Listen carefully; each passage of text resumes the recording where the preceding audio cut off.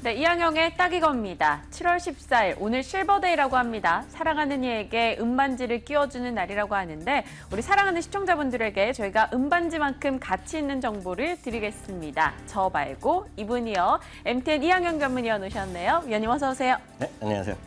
네, 그건 그렇고요. 네. 멘트는 자기가 놓고 더불어온 책임자랑 지금 은반지 전 그런 거 잘 모르는 남자입니다, 지금. 제가 생각해도 무리수긴 했어요, 네. 위원님. 좀 빨리 넘어갈게요. 자, 오늘 어떤 이야기 하실 겁니까? 네, 어제 혹시 뉴스 보셨는지 모르겠지만 대한민국이 이제 광복 이후에 지금 70년이 되지 않았습니까? 네. 50년도 아니고 60년도 70년이 맞아서 대사면이 있을 가능성이 얘기 나오고 있으니까 오늘 이게 경제적 이슈도 쭉 내거든요. 그래서 오늘 대사면에 관한 얘기 한번 해보도록 하겠습니다. 알겠습니다. 특별사면, 대사면 얘기 계속해서 나오고 있습니다. 네. 일단 특별사면 이 정의부터 좀 궁금한 게요. 네. 특별히 뭐 형량을 사면해준다, 뭐 감해주고 간다 이런 내용 맞습니까? 아, 그런 거죠. 이제 일반 사면이라는 게 있고 특별 사면이 있는데요. 일반 사면이라는 건 어떤 법적으로 어떤 국회에서 동의를 받아야 되는데 특별 사면 특별히 대통령이 어떤 결정해서 너는 이제 앞으로의 모든 죄를 사한다.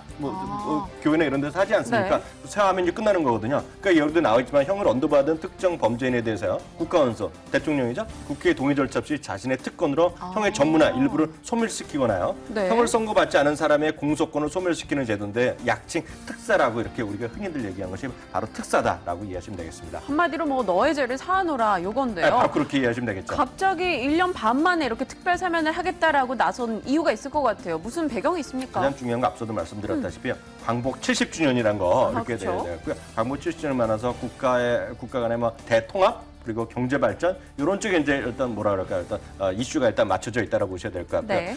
특히 국민 대통합을 위해서 여러 가지 반목하는 경우가 우리나라에 왕왕 있으니까 이런 것들을 사면을 한다는 얘기를 한 거고요. 네. 결국은 여러 번 얘기했지만 지금은 경제 살리기에 모두 올인하자 이런 얘기 하다 보니 경제를 살려야 할 앞장서서야 할 각종 기업인들이나 뭐 경제 이런 거 사업을 하는 분들이 어려움을 겪고 있는 경우가 많이 있지 않습니까? 네. 그러니까 그런 분들 전부 다 뭔가 좀 혜택을 주자. 그러면서 결국 이런 모두 함께 뛰자라는 어떤 국가 원수로서의 하나의 어떤 입장 이런 것이 표명된 것이 어저께 발언이었다라고 이해하시면 되겠습니다. 네, 알겠습니다. 하지만 제일 중요한 건 역시 그 대상이나 범위일 것 같아요. 엄청 극악무도한 범죄를 저지른 사람들이 내보내진 않을 거 아닙니까? 그건 말도 안 되는 거고요. 그렇죠. 일단 보면 몇 명이나 정도 되느냐가 일단 관심이 많이 언론에서 나오고 있고 네. 궁금하실 텐데요. 작년에 이제 서울대 5,900명을 했는데요. 여기 딱 보시면은요. 2005년 광복 60년 때는 노무현 정부 때인데요. 422만 명. 이야. 95년은 440만 명. 98년에 552만 명, 이명박 정부의 2009년 광복 64년에는 152만 명이었으니까요. 딱 여기서 네. 느끼실 거가 도대체 420만 명이면 우리나라 인구의 뭐 몇 분의 1입니까? 10분의 1 정도 되지 않습니까? 그러니까 왜 이렇게 숫자가 많아지냐면 소위 생계형이라 그래갖고요. 운전하다가 이제 벌점 받고 이런 것들이 있지 않습니까? 그러니까 그쵸. 음주운전하고 문제되고 각종 예비군이나 민방 이런 거 관련해서 아무것도 아닌데 좀 범죄도 아니지만 이렇게 걸려들어오는 게 있거든요. 그런 걸 다 없애주는 거죠. 그래서 예전에 보면 대통령이 바뀌면은 음주운전해서 뭐 1년, 2년 걸린 분들이 바로 운전면허 시험 볼 수 있게 있다. 이런 얘기 많았거든요. 네. 그렇기 때문에 이렇게 숫자가 많이 늘어날 수 있다는 건데 이번에도 어떻게 될지 모르겠지만 뭐 100만 명 이상 내지 뭐 2, 300명 얘기하는 사람들도 언론도 있다라고 이해하시면 됩니다. 네, 알겠습니다. 그렇다면 이 시장에서 가장 중요한 건 기업인들일 것 같아요. 네. 아무래도 뭐 기업 총수가 이렇게 나오면 이런 기대 좀 있지 않습니까? 네. 기업인들의 이목이 상당히 쏠렸죠. 맞습니다. 그러니까 국가 발전, 국민 대통합, 경제 발전이 이번에 모토거든요. 네. 그러니까 당연히 뭐 일반 언론과 일부 뭐 정치권의 뭐 반발 이런 건 상관없이 경제인들도 상당수, 즉 기업인들이 네. 상당수 포함되지 않을까라는 어떤 뭐랄까 기대심이 충분히 나올 만도 하죠.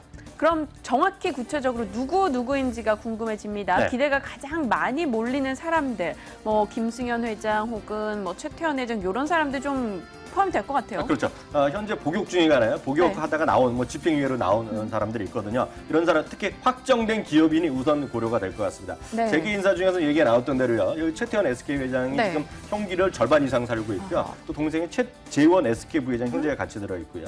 LIG 넥스원의 또 부회장, 구본상 부회장이 있겠고요. 집행유예 상태로요. 네. 지금 업무는 하지만 대표이사가 안 되고 있는 김승현 하나그룹 회장들도 충분히 대상이 될 수 있는데요. 문제는 아주 불가능은 아니지만 법정 다툼이 지속적이나 형이 확정되지 않은 사람들이 있습니다. 이지현 CJ그룹 회장, 네. 그리고 조성래 효성그룹 회장, 그리고 전태강그룹 회장, 이호준 회장 등이 여기에 해당되는데요. 앞서 이제 공소권을 막 하고 있기 때문에 법률적으로 쉽지 않은데 또 무슨 대한민국은 다이내믹 코리아이기 때문에 무슨 그렇죠. 일이 벌어질지 모르죠. 사실 전 제일 궁금했던 게 사실 네. 김승현 회장 같은 경우는 일단은 집행유예로 나와 있는 상황에서 법적으로 대표 자리를 차지하지 못하고 있는 거고요. 네. 그밖에 뭐 면세 사업이나 이런 거 좀 많이 이뤄내지 않았습니까? 그렇죠. SK그룹은 그간 좀 잃은 게 더 많은 것 같아요. 회장의 공석으로 인해서 이분들 이 SK그룹은 좀 볼만할 것 같아요. 맞습니다. 김승현 하루 회장은 지금 대표이사 하지 못하고 있지만 그다음에 삼성과의 빅딜을 했죠. 그쵸? 뭐 삼성태권 갖고 있는 거 있었고요. 엊그저께 얘기했던 면세 좀 하면서 완전히 경영 일선에서 적극적으로 활동을 하고 있는데 최근 SK 회장은 물론 이제 두 번째 들어간 거라서 좀 어렵지만 네. 어찌되었건 간에 4년 뭐 받아갖고 절반 이상 했는데요. 실제로 보면 고비고비마다 탈락했어요, 사업에. 그렇죠. 가장 아쉬운 것이 엊그저께 SK 이렇게 김승현 회장은 네트워크스. 됐지만 네. SK 네트워크스는 떨어졌거든요. 그러니까 약간 불만 있고 일단 그룹에서도 역시 선장이 없으니 뭐 어렵다 그런 얘기 하거든요. 네. 그런 관점에서 대한상공회사 회장인 박용원 회장이 올해 초 이런 얘기를 이미 했어요. 뭐 다른 그룹 사람이지만요. 첨단 IT 업종으로 그룹의 수장이 중요 결정하는데 좀 제약을 받기 때문에 SK가요? 네, 네. 이런 분들 SK 그룹 같은 경우는 정말 다시 한번 기회를 줘야 되는 거 아닙니까? 라는 발언을 한 적도 있기 때문에요. 지금 재계 분위기는 상당히 기대하는 눈치인데 최종 확정되기 전까지는 서로 이제 몸살이고 몸 조심해야 될 것 같고요. CJ 그룹은 앞서도 말씀드렸다시피 형이 확정되지 않고 재판이 진행 중이기 때문에 이번에 어떻게 될지 확신하지 못하는 분위기가 되겠습니다. 네, 알겠습니다. 자, 그럼 중요한 거는요. 과거 사면 때 조금 수혜를 받던 섹터가 있다면 어디가 될지 궁금합니다. 좀 기대해 볼 만한 이 종목군이 있습니까? 이게 뭔지 이제 어떻게 사람 위주로 했는데요. 네. 이제 사람뿐만 아니라 법인들도 마찬가지로 죄를 받거든요. 아. 그러니까 이렇게 보면 약간 뚱딴지 같이 얘기지만 우리나라가 한 2, 3년 동안에 건설업계 비리가 엄청나게 많이 발표되면서 입찰 참가 제안을 받은 기업들이 은근히 많습니다. 그쵸. 그렇기 때문에 2000년에 밀레니엄 사태 4,400곳, 2006년 4,000곳, 2010년 또 3,300 했는데 그다음 또 많이 나왔어요. 그래서 관련된 사람들도 많이 지금 문제가 되고 있거든요. 이런 것들을 전부 다 15,000명. 네. 풀어주기를 기대하는 것이 대한건설협회의 어떤 입장이고요. 어저께 바로 환영하는 성명이 나왔어요. 그러니까 항상 우리나라에게 알게 모르게 생각보다 더 많은 것이 각종 무슨 입찰 제안할 때 감옥까지 안 가더라도 네. 제안을 받거나 이런 것들 아까 말씀드렸다시피 개인분들 입장에선 운전하다가 벌점 받는 거 그런 것도 없애줄 수 있다는 얘기거든요. 그렇죠. 그러니까 건설업계가 항상 이럴 때마다 우리 한번 앞으로 잘해보겠다. 얘기했는데 뭐 수십 년째 똑같은 얘기를 하고 있는데 이번에 어떻게 될지 모르겠습니다. 네, 참 아이러니하네요. 벌점을 받거나 뭐 제한을 받거나 뭐 이런 분들이 많은 쪽이 건설이다 보니까 그에 따라서 좀 수혜를 기대할 수 있다라고 이야기해 주셨습니다. 자, 오늘은 꼭 들어야겠습니다. 이항영 위원의 탑픽 한 3일간 쉬셨어요. 네. 오늘은 종목 주셔야겠죠? 3일 시간 어저께 쉬었건 그전에 주말이었기 때문에 안 했을 뿐이니까요. 3일까지는 안 됐고요.